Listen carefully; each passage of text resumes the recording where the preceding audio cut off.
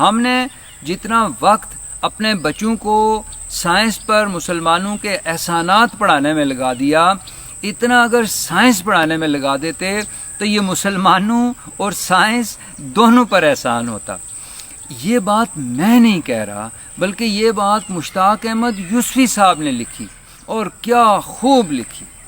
لیکن میں آپ کو کچھ اور بتانے والا ہوں کہ جب ہم نے اپنے بچوں کو سائنس پڑھانی شروع بھی کی تو اس کے لیے جو یونیورسٹیاں بنائیں ان کا حال ہم نے کیا کیا۔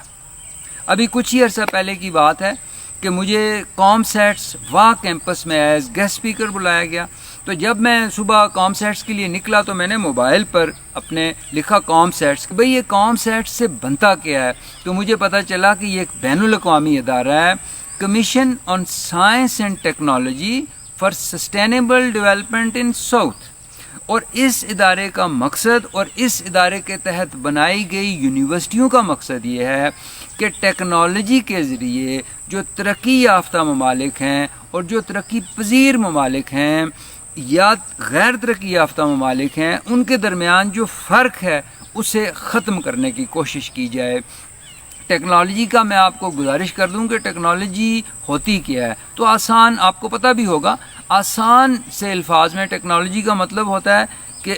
ایپلیکیشن آف سائنٹیفک نالج، یعنی جب آپ سائنسی علم کو عملی جامہ پہناتے تو وہ ٹیکنالوجی ہوتا ہے۔ مثال کے طور پر ریفریجریشن ایک سائنسی علم ہے، تو جب آپ ریفریجریٹر بنا دیتے ہیں تو یہ ٹیکنالوجی ہوتا ہے۔ سو ٹیکنالوجی جو ہے اس کی عمارت جن دو مضامین کے اوپر کھڑی ہے ان میں سے ایک فزکس اور دوسرا میتھمیٹکس ہے، یعنی فزکس ہمیں سائنٹیفک نالج دیتی ہے اور میتھمیٹکس وہ ایکویشنز دیتا ہے جس کے ذریعے ہم اس سائنٹیفک نالج کو اپلائی کرتے ہیں، یعنی اس سائنسی علم کو عملی جامہ پہناتے ہیں۔ مثال کے طور پر آئنسٹائن کی تھیوری آف ریلیٹیوٹی جو ہم فزکس میں پڑھتے ہیں، اور اس کی جو میتھمیٹیکل ایکویشن ہے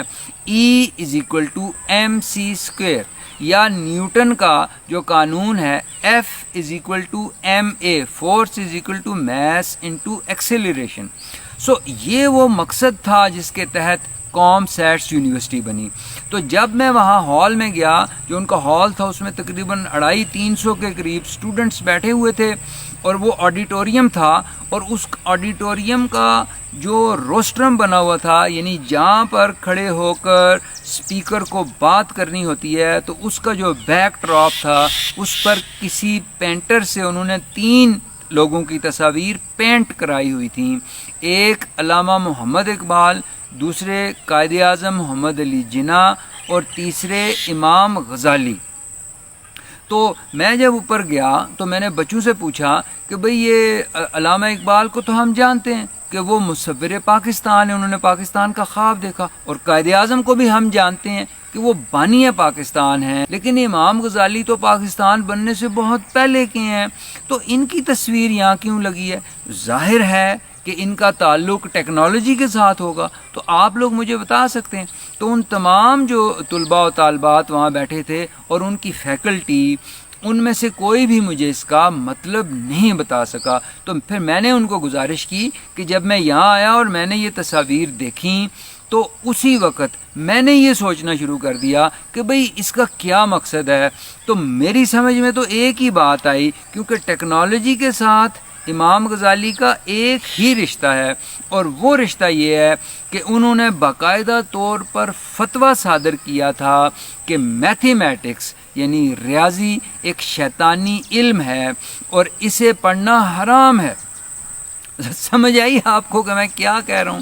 اسی وجہ سے جو امام غزالی ہیں انہیں اس بات کا کریڈٹ دیا جاتا ہے کہ یہ وہ ہستی ہیں جنہوں نے مسلمانوں کو سائنس اور ٹیکنالوجی سے دور کیا، ورنہ ان سے پہلے مسلمانوں نے سائنس اور ٹیکنالوجی میں جو کارہائے نمایاں انجام دیے، ان کی نہ اس سے پہلے کوئی مثال ملتی ہے نہ اس کے بعد کوئی مثال ملتی ہے۔ اس یونیورسٹی کا یہ حال دیکھنے کے بعد مجھے تو نہیں معلوم کہ آپ کیا سوچیں گے، لیکن مجھے تو یہ مصرع یاد آیا کہ حیران ہوں دل کو روؤں کہ پیٹوں جگر کو میں۔